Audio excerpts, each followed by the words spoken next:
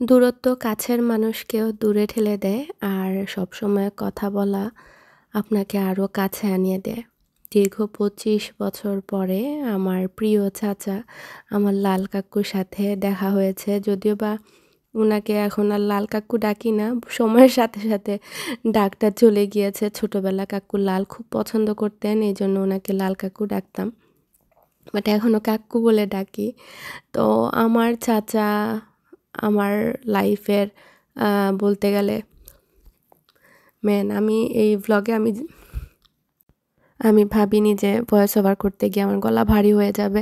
So break নিয়ে আবারও কথা বলা শুরু করলাম। আসসালামু আলাইকুম টাইনি ওয়ার্ল্ড ফ্যামিলি। কেমন আছেন সবাই? আশা করছি সবাই অনেক ভালো আছেন। আলহামদুলিল্লাহ আমরাও সবাই ভালো আছি। তো আজকে নতুন আরেকটি ভ্লগ শেয়ার করতে যাচ্ছি। এখানে সামান্য কিছু দুপুরে রান্নাবান্নার আয়োজন করেছিলাম। হুটহাট বাসায় মানে হঠাৎ করেই বলতে গেলে দুপুরের দিকে রান্না করছি। আমার ছোট বোন ২ টার জন্য বলেছি আসার জন্য। আর এমনিতেই ঘরোয়া খাবার-দাবার আর কিছুই না। ২ ঘন্টার ভেতরে যতটুকু পারা যায় আরকি কুইকলি রান্নাবান্না। আর এটা আমার গাছ মেলা থেকে গাছগুলো পাওয়া আর এখন পর্যন্ত লাগানো হয়নি। আপনাদের সাথে ফেসবুকে এটার ছোট একটা ভিডিও শেয়ার করেছিলাম বাট ইউটিউবে তো শেয়ার করা হয়নি। তো ভাবলাম ভ্লগ আকারে শেয়ার করে ফেলি। আর কারা, কারা আমাকে ফেসবুক পেজে ফলো করেন কমেন্ট করতে পারেন। আর এই তো ঘর-দরজা একটু ক্লিন আপ করেছি। বাচ্চাদের ঘর আসলে ওইভাবে পারি না ক্লিন আপ করে রাখতে। ক্লিন আপ বলতে কি পরিষ্কার আছে, গুছিয়ে রাখাটা যায় না। তো আজকে একদম হাঁড়ি ধরেই চলে নিয়ে এসেছি। ওরা মানছিল না যে টেবিলে না মানে বাটিতে করে নিয়ে আসার জন্য। তো হাঁড়ি ধরে বসে গিয়েছিলাম। তো যাই হোক এটা হচ্ছে অন্য আরেক দিনের ক্লিপ। আজকে বিকেলবেলা হচ্ছে প্রায় অনেকটা ঠান্ডা পড়ে গিয়েছিল। তো আদিয়ানের বাবা হচ্ছে ফায়ার করেছেন। আর ফায়ার করলে আমার কাছে ভালোই লাগে। স্মোকি একটা যে স্মেল বের হয় সেটা অনেক ভালো লাগে। আর আগুনের কালারটা দেখতে পাচ্ছেন একদম লাল টকটকে কড়া কালার। আমার বাচ্চারা হচ্ছে s'mores খেতে বরাবরই পছন্দ করে। তো ওদের জন্য আমি সবসময় একটা বাস্কেটে আলাদা করে মার্শমেলো তারপরে হচ্ছে আপনার যে গ্রাহাম ক্র্যাকার্স তারপরে চকলেট এগুলো রেখে দেই। এটা ছিল অন্য আরেক দিনের ক্লিপ। আসলে ওইভাবে তো আমি এখন আর ভ্লগ করি না। যে প্রত্যেক দিনকার ভ্লগ প্রত্যেকদিন যখন হাতে ক্যামেরা উঠে তখনই দেখা যায় ভ্লগটা করি। তো এটা গিয়েছিলাম হচ্ছে শাহজালাল গ্রোসারিতে। আমার কিন্তু আর যাওয়া হয়নি। আমাদের একটা মেলা হয়েছিল ঈদের আগে আলশাহিতে। তো সেখান থেকেই পাশে ছিল। তো ভাবলাম একটা চক্কর দিয়ে আসি। উনাদের এখানে মাটির বাসনপত্রের কালেকশন দেখে তো আমার মাথা নষ্ট। অনেক সুন্দর, সুন্দর জিনিস ছিল আর এত রিজনেবল প্রাইসে। একটা সময় এই হাঁড়ি পাতিলগুলোই কিন্তু অনেক এক্সপেন্সিভ ছিল অন্যান্য স্টোরে। আপনারা দেখতেই পাচ্ছেন ট্যাগে একটু ফলো করলে পেয়ে যাবেন। আর এই জগটা আর কি অসম্ভব রিজনেবল প্রাইসে।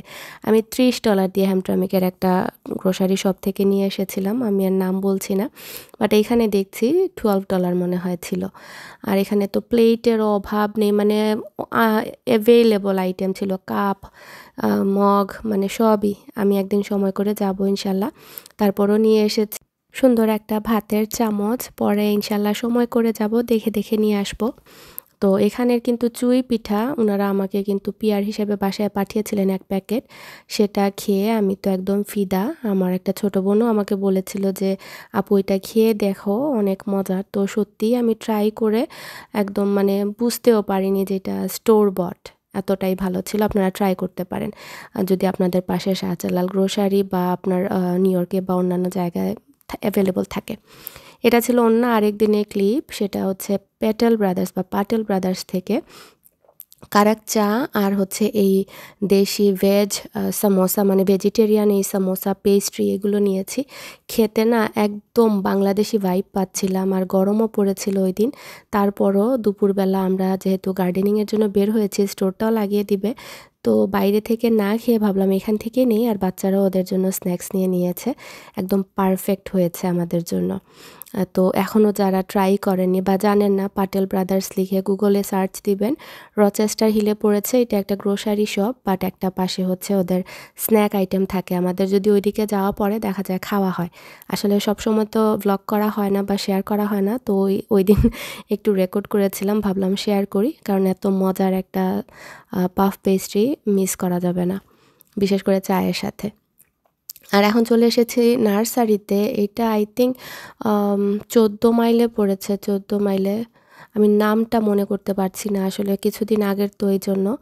আর অলরেডি হয়তোবা অনেকেই গার্ডেনিং শুরু করে দিয়েছেন বা শেষ করে ফেলেছেন অ্যাকচুয়ালি, ফুল গাছ টুল গাছ। বাট ফুল গাছ অনেকেই এখনও হয়তোবা লাগাচ্ছেন বা লাগাবেন। ফাইনালি তো আমাদের সামার আসলো, মানে গরমটা পড়েছে। তো বরাবরের মতোই আমরা সামার আসলে দেখা যায় যে টুকটাক ফ্লাওয়ার কিনি একদম বুঝাই করে। সবজি এত বেশি করা হয় না, বাট আমরা ব্যাকইয়ার্ডে ফ্রন্ট ইয়ার্ডে একটু ফুল লাগাই শখ করে। সিজনাল ফ্লাওয়ার ছাড়া মনে হয় যে সামারটা ইনকমপ্লিট। এই জন্য দেখা যায় যে যেগুলো আমরা কিনি বরাবরই সেগুলোই কেনা হয়ে যায়। আমাদের কিছু কমন ফুল আছে, যেমন এই একটা বা বাস্কেট, হ্যাঙ্গিং বাস্কেট। তারপর হচ্ছে আরেকটা কিনি হচ্ছে যে বড় ইয়ের মধ্যে কি বলে, আম কি বলে এটাকে? একটা লটের মতো থাকে ছোট, ছোট মাইক ফুলের মতো। এটার নাম ভুলে গিয়েছি। তো ওইগুলো আনা হয়। আর এই লম্বা বড় যে মেগা সেল দিয়েছিল গাছটা, সেটা আমি কিনেছি। আদিনা বাবা চাচ্ছিলেন না, লাস্ট মিনিটে বের হয়ে আসছি। তখন আমি বললাম, "না প্লিজ, জায়গা না হলেও আমি ক্যারি করে নিয়ে যাব।" তো এই যে এটা আমি একদম কোলে করে নিয়ে এসেছি, কারণ গাড়ির বুটে আমাদের একটুও জায়গা ছিল না। আরও বিভিন্ন জিনিস ছিল দরকারি। প্রত্যেক সামার আসে আর সামার যায়, আর এত ব্যস্ততায় সামারটা কাটে আসলে কি বলবো। তো এই বছর ইচ্ছা আছে যে আমাদের ফ্রন্টিয়ারটা একটু ল্যান্ডস্কেপিং চেঞ্জ করব। আমার খুব শখ যে স্টোন বা পাথর দেওয়ার জন্য। জানি না আদৌ সেটা সম্ভব হবে কিনা। আর এই যে বড় পেটিও যে ইয়েটা, ফ্লাওয়ার অ্যারেঞ্জমেন্টটা, সেটা নিয়ে এসেছি ২টা ২ ধরনের। এত ফ্রেশ ছিল আর এত সুন্দর লাগছিল। এগুলো কিন্তু বড় হবে আরও ইনশাল্লাহ। আর আমার একদম মন মতো পেয়ে গিয়েছি। আর এই যে বড় ২টা টব অ্যামাজন থেকে এনেছিলাম, আর এগুলোর মধ্যে লাগিয়েছি, অনেক ভালো লাগছিল। তো আদিয়ানা বাবা আজকের প্রজেক্ট হচ্ছে পুরো বিকালটা হচ্ছে সব ফুল গাছ লাগিয়ে দেয়া। আর এই যে বাস্কেট ২টা, এটা আসলে গ্যারাজের সামনে রাখার জন্য এনেছি, বাট এখন আপাতত এখানে হ্যাং করে রাখা হয়েছে। এই বাস্কেটগুলো না আপনি যেখানেই রাখবেন সেখানেই ভালো লাগে। তো আসলে এই যে সামারে গ্রিন সবকিছু দেখতে এত ভালো লাগে, তার মধ্যে কালারফুল ফ্লাওয়ারগুলো একদম মনটা ভরে যায়। সো ফাইনালি আমাদের ১০ তারিখ মানে আমার বার্থডের দিন ছিল ফ্লাইট। আমার চাচার বাসায় যাচ্ছি, যেটার জন্য আমি প্রথমের দিকে একটু ইমোশনাল হয়ে গিয়েছিলাম। আপনাদের সাথে ওইভাবে প্যাকিং, শপিং কোনো কিছুই শেয়ার করতে পারিনি। জাস্ট গত ব্লগে আফরা কালেকশনে গিয়েছিলাম, ওইটা একটু ক্লিপ শেয়ার করেছি। আসলে কোথাও যাওয়ার সময় তো সবসময় বলি অনেক ঝামেলা থাকে, প্যাকিং করা থেকে শুরু করে ঘর দরজা গুছিয়ে সামলে বের হওয়া তো টাফ হয়ে যায়। তার উপর তো সামার টাইম, গার্ডেনের সব দায়িত্ব আমাদের নেইবারের উপর দিয়ে আসা হয়েছে। তো আলহামদুলিল্লাহ সব কিছুর জন্য। তো আমার চাচাতো বোনের বিয়েতে যাচ্ছি, আর আমার চাচার সাথে দেখা হবে দীর্ঘ ২৫ বছর পরে। চিন্তা করতে পারেন ২৫ বছর। আসলে ওইদিন আমার একটা পোস্টে বলছিলেন যে আপনার বাবার বাড়ির মানুষের সাথে মানে আপনার মানে খুব কম দেখা হয়। আসলেই তাই। বিয়ের পর মনে হয় যে শ্বশুরবাড়ি, আত্মীয়স্বজন, শ্বশুরবাড়ি নিয়েই কেমন যেন একটা ব্যস্ত জীবন কাটাচ্ছি। বাবার বাড়ি যে একটা আছে সেটাও মানে মাঝে, মাঝে ভুলে যাই। অনেকে আবার এখন বলতে পারেন মা ভাই তো কাছে। হ্যাঁ, মা ভাই কাছে। এটা কিন্তু অন্য ধরনের ফিলিংস। আমার আম্মা রাহি তো ওইভাবে এখনও সংসার শুরু করেননি, বা আমার ওইভাবে যাওয়ারও জায়গা হয়নি। উনারাই দেখা যায় উইকেন্ড হলে চলে আসেন। আর তারপরও বাবার বাড়ির যে একটা আত্মীয়স্বজন টান, ওইটা কিন্তু ডিফারেন্ট। শ্বশুরবাড়ির আত্মীয়স্বজন নিয়ে হৈ হুল্লোড় করা, গল্পগুজব করা এক রকমের সুখ। আর নিজের বাবার বাড়ির মনে হয় যে কাক দেখলেও ভালো লাগে, এরকম একটা প্রবাদ আছে। এটা সত্যি। আমার মনের ভেতর আজকে অনেক খুশি লাগছিল। মানে আমি জানি না কিভাবে আপনাদেরকে এক্সপ্লেইন করব। আ এটা অন্য ধরনের ফিলিংস। আর ফ্যামিলিতে তো দেখা যায় অনেক আত্মীয়স্বজন থাকেন। তো আপনাদের সাথে তো আমার সবসময় দেখা যায়, যদিও বা আমার শ্বশুরবাড়ির আত্মীয়স্বজন ক্যামেরা ফ্রেন্ডলি না, আপনাদের সাথে হয়তোবা আমি কাউকে ওইভাবে পরিচয় করিয়ে দিতে পারিনি। বাট দেখেন যে এইটা সেটা প্রোগ্রাম বা বিয়ে-শাদী। কিন্তু আমার আজকে আমার চাচারা হচ্ছেন ক্যামেরা ফ্রেন্ডলি। সো ইনশাআল্লাহ আপনাদের সাথে পরিচয় করিয়ে দিব। আর সবসময় বলি আমার বাবার বাড়ির তো আর কাউকে পরিচয় করিয়ে দেওয়ার ওইভাবে সুযোগ হয়নি। তো মনে হয় আমি ১ বার না ২ বার মনে বলেছি যে আমাদের ৫ চাচা আব্বাসহ আর ২ ফুপু। আব্বা তো মারা গিয়েছেন। আব্বা সবার বড় ছিলেন। আর আমার বড় ফুপু আলহামদুলিল্লাহ এখনও বেঁচে আছেন। দোয়া করবেন সবাই। আর আমার ছোট ফুপু মারা গিয়েছেন, তারপরে আমার আরেকজন চাচা মারা গিয়েছেন। আমাদের পরিবারটা বড় ঠিকই, কিন্তু বিভিন্ন দেশে বিভিন্ন জায়গায় সবাই থাকেন, সবার টাইম টেবলে এগুলো মিলে না। এজন্য চাইলেও কেউ সবাই একসাথে হওয়া যায় না।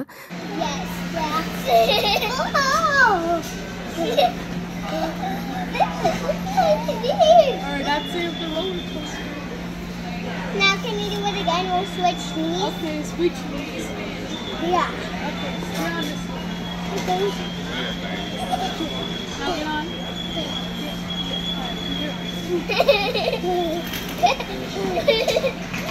Now do the left and right thingy.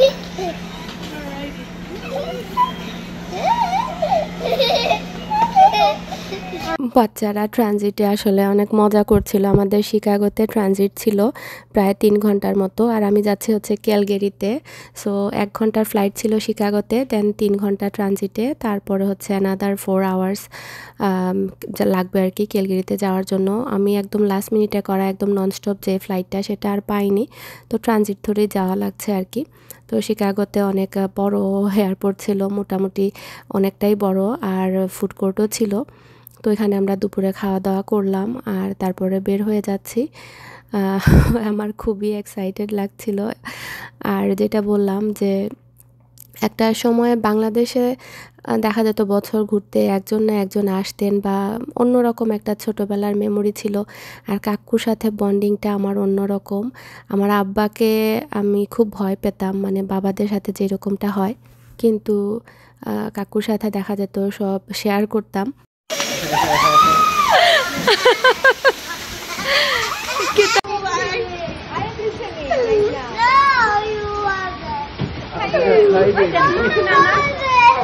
Hello, Adrak.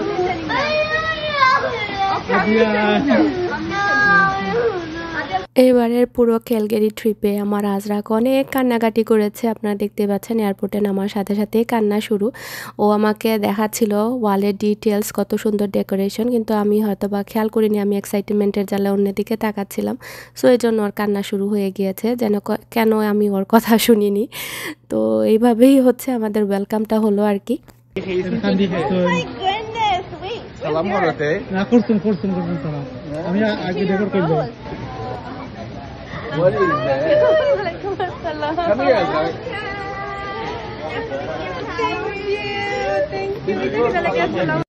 High মিটাই না নি। Ulu khéo to tuman na bây giờ. Wow!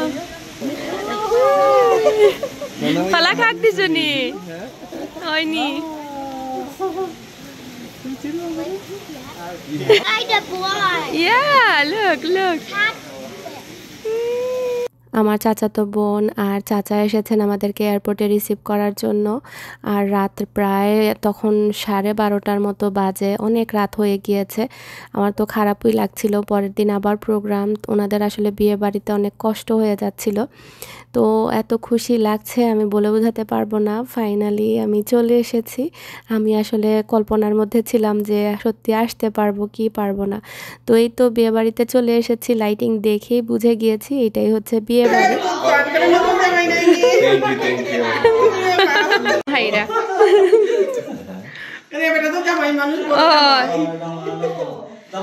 এতক্ষণ শুধু চাচার কথা বললাম। আমার চাচি তো হচ্ছেন মাটির মানুষ, মানে কখনোই আমাদের দুই বোনকে মা ছাড়া নাম ধরে ডাকেননি। আর আসলে কেন আমি ব্লগ ভয়েস ওভারই দিতে পারছি না, আসলে আমার ভয়েস ওভার দেয়াই মনে হবে না আজকে। তো চাচি অনেক কষ্ট করে অনেক মজার রান্না করেছেন। আর ফাইনালি চাচার বাসায় আসলাম, চাচির হাতে রান্না খেলাম। চাচি দেশে যতবার গিয়েছেন এত আদর করেছেন যে এখনও আমার ছোটোবেলা সেই মেমোরিগুলো একদম তাজা হয়ে আছে। তো ব্যাকইয়ার্ডে আসলাম, বিয়ে বাড়ির ভাইব পাচ্ছিলাম। আগের দিন রাত মানে বাসায় এমনিতে হেনা পরানো হয়েছে আমার বোনকে, যেহেতু ন্যাচারাল হেনাতে কালার আসতে সময় লাগে। তো আমরা এখন হোটেলে চলে যাব। বিয়েবাড়িতে চাচারা অনেক রিকোয়েস্ট করেছেন থাকার জন্য, কিন্তু আদিয়ানের বাবা সবসময় বাচ্চাদেরকে নিয়ে হোটেলে থাকতে প্রেফার করেন, কারণ বাচ্চারা ক্র্যাঙ্কি হয়ে যায় ঘুম ঠিক মতো না হলে। তো দেখা যাবে যে বিয়েবাড়ির ঝামেলার মধ্যে আমরা পুরো দিনই বিয়েবাড়িতে ছিলাম, একদম সকালে উঠে চলে আসতাম আর রাত্রেবেলা জাস্ট হোটেলে গিয়ে ঘুমিয়েছি। তো এখন সবাই মিলে খাওয়া দাওয়া শেষ করে ফ্লাওয়ারগুলো গুছিয়ে তারপর অনেক সময় গল্প টল্প করলাম, খাওয়া দাওয়া করলাম, তারপরে এখন হোটেলে চলে এসেছি। বাসা থেকে বেশি একটা দূরে ছিল না, 15 মিনিট ডিস্টেন্সে। আর এখন আসলে হোটেলও পাওয়া যাচ্ছিল না, এমন একটা অবস্থা। কারণ হচ্ছে G7 সামিট একটা আপনারা জানেন ক্যালগারিতে হচ্ছে, আর এটার জন্য হোটেলের সব কিছু একদম আগুন দাম। দাম থেকেও বড় জিনিস, যে জায়গায় আপনি চাচ্ছেন সেই জায়গায় সেটা অ্যাভেলেবল না। আমি তো দোয়া পড়ছিলাম লিটারালি যাতে হোটেলটা পেয়ে যাই, তো ভাগ্য ভালো এটা পেয়েছি। তো সুন্দরই ছিল, একদম পরিষ্কার। কারণ হোটেলে দেখা যায় কি পিকচার দেখে গেলে একরকম লাগে, পরে গিয়ে হয়তো বা ডিফারেন্ট হতে পারে। তো যখন পর্যন্ত আপনি চেক ইন না করবেন, নিজ চোখে না দেখা পর্যন্ত শান্তি লাগে না। তো এটা অনেক স্পেশাস ছিল, সামনে বসার জায়গা ছিল আলাদা, আবার ভেতরে 2টা কুইন বেড ছিল, আর সামনের সোফা বেড, এটা সোফার মতো হয়ে যায়। আদিয়ান বলছে যে এটা আমি এখানে ঘুমাবো, আর কেউ ঘুমাবে না, which is perfect for us. আজকের মতো এতটুকুই। আসসালামু আলাইকুম।